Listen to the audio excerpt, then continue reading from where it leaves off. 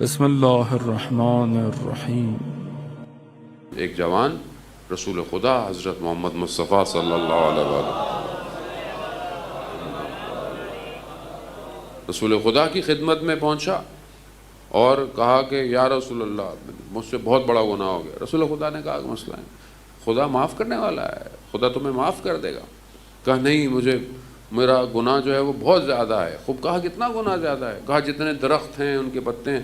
کہا خدا اس کو بھی معاف کر دے گا۔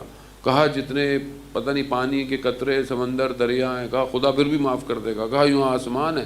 یعنی جب اس نے اتنا بولا تو کہا مگر تمہارا گناہ خدا سے بڑا ہے کیا؟ کہا نہیں، تو خدا معاف کر دے گا۔ پھر بھی رو رہا ہے، گریہ کر رہا ہے۔ رسول خدا نے اچھا تم اپنا کوئی ایک گناہ بتاؤ تو صحیح۔ بس زیادہ محترم اس نے جب اپنا گناہ بتایا تو رسول خدا نے فوراً کہا دور ہو جاؤ اس سے پہلے کہ تمہارا عذاب ہمارے اوپر آ جائے۔ یعنی گناہ اتنا سنگین تھا۔ وہ مایوس روتا روتا اس نے کچھ لوہے کی چینیں خریدی، پہاڑی پہ چلا گیا، دو پتھروں کے درمیان میں اپنی گردن پہ باندھ کر اپنے آپ کو گریہ کرنے لگا۔ روتا رہا یہاں تک کہ پرندے آ کر اس کے ساتھ رونے لگے۔ اتنا اس نے گریہ کیا کہ خدا میں تیرے حبیب کے پاس گیا تھا مگر اس نے بھی مجھے نکال دیا، میں کہاں جاؤں جب تک تو مجھے معاف نہیں کرے گا۔ 40 دن روتا رہا۔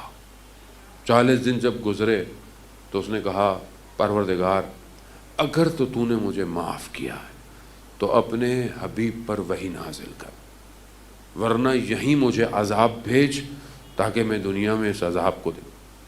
یہیں جب اس نے ایسا کہا تو رسول خدا کے اوپر قرآن کی آیت نازل ہوئی، اور وہ کہ جو معافیاں دل سے مانگتے ہیں خدا رحمان ہے، خدا ان کو معاف کرنا۔ جیسے ہی رسول خدا باہر نکلے اصحاب کو لیا اور اس لڑکے کی طرف گئے تو کیا دیکھتے ہیں؟ جانور اس کا گریہ اتنا تھا کہ اس نے خاک اپنے اوپر ڈالی ہوئی، رو رو کر اس کی آنکھیں دھس چکی، اور جانور بھی اس کے ساتھ رو رہے ہیں۔ جیسے رسول خدا کو دیکھ ہٹ گئے، رسول خدا نے کہا کہ اس کو کھولو، اس کو ہٹاؤ کہ خدا نے تمہیں بشارت دی ہے، خدا نے تمہارے لیے جہنت کو واجب قرار دے دیا ہے۔ رحمان ہے، اس کے خزانوں میں کسی چیز کی کمی نہیں ہے، کسی چیز کی کمی نہیں، کوئی چیز اس کے ہاں ناممکن نہیں ہے۔ ہم کمزور ہیں، ہم ضعیف ہیں، ہم ٹیمپریری دنیا میں پھنسے ہوئے ہیں، جبکہ ہر چیز محفوظ ہو رہی ہے۔ بس یہ آپ کے اپنے اوپر ہے، میرے اپنے اوپر ہے۔ میں خود شرمندہ ہوں خدا کی بارگاہ میں، اور خدا کا شکر ہے کہ میں شرمندہ ہوں، ورنہ بہت سارے لوگ غلطیاں کرتے ہیں شرمندہ بھی نہیں ہیں۔ بعض اوقات جوان کہتا ہے کہ مجھے احساس ہوتا ہے میرے سے غلطی ہو گئی ہے، میں پھر کیا کروں؟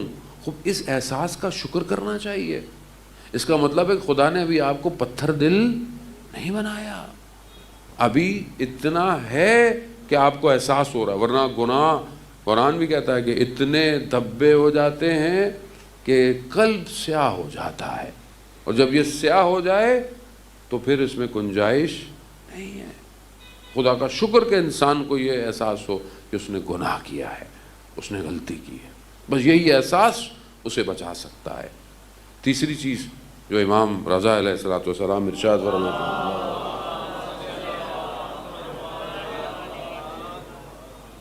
کہ میں صبح ایسے کرتا ہوں کہ میری زندگی کا ایک دن کم ہو رہا ہے، میرا عمل جو ہے وہ محفوظ ہو رہا ہے، اور میرے سامنے آگ ہے، آتش ہے۔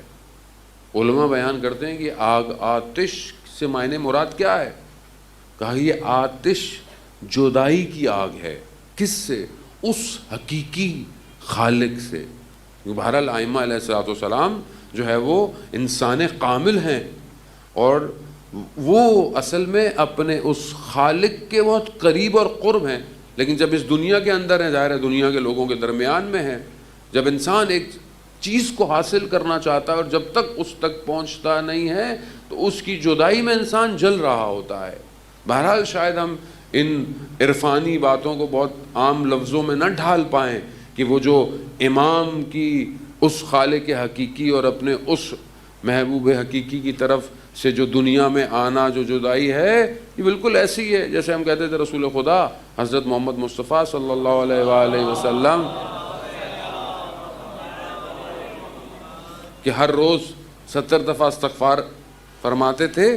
ان کا استغفار خدا نخواستہ کسی غلطیوں کی وجہ سے تھوڑی تھا، ان کا استغفار اس لیے تھا کہ وہ اس دنیا میں ہیں، اپنے اس ہستی سے دور ہیں ظاہری طور پر کہ جہاں انہیں ہونا چاہیے۔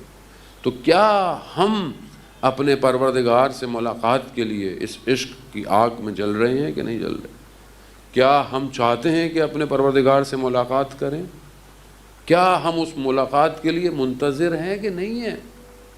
یعنی انسان بہت کوشش کرتا ہے، بہت محنت کرتا ہے، بہت سفر کرتا ہے۔ مثال کے طور پر ہمیں زیارت کی توفیق ہو جائے، اللہ ہم سب کو کربلا کی زیارت نصیب فرمائے۔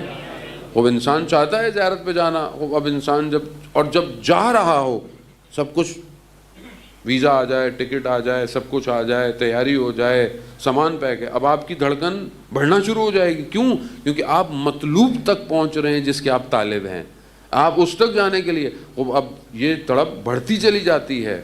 جب انسان کو بتاؤ کہ وہاں جا کر میں نے یہ کرنا ہے، تو کیا ہمیں نہیں پتا کہ ہم نے مرنے کے بعد اپنے پروردگار کے سامنے کھڑا ہونا ہے؟ تو کیا ہم اس ملاقات کے لیے تڑپ رہے ہیں؟ کیا ہم اس سے ملاقات بھی چاہتے ہیں کہ نہیں چاہتے؟ حقیقی ملاقات وہی ہے، لقاء اللہ کی ملاقات ہے پروردگار سے۔ تو کیا میں اس ملاقات کے لیے تیار ہوں کہ نہیں؟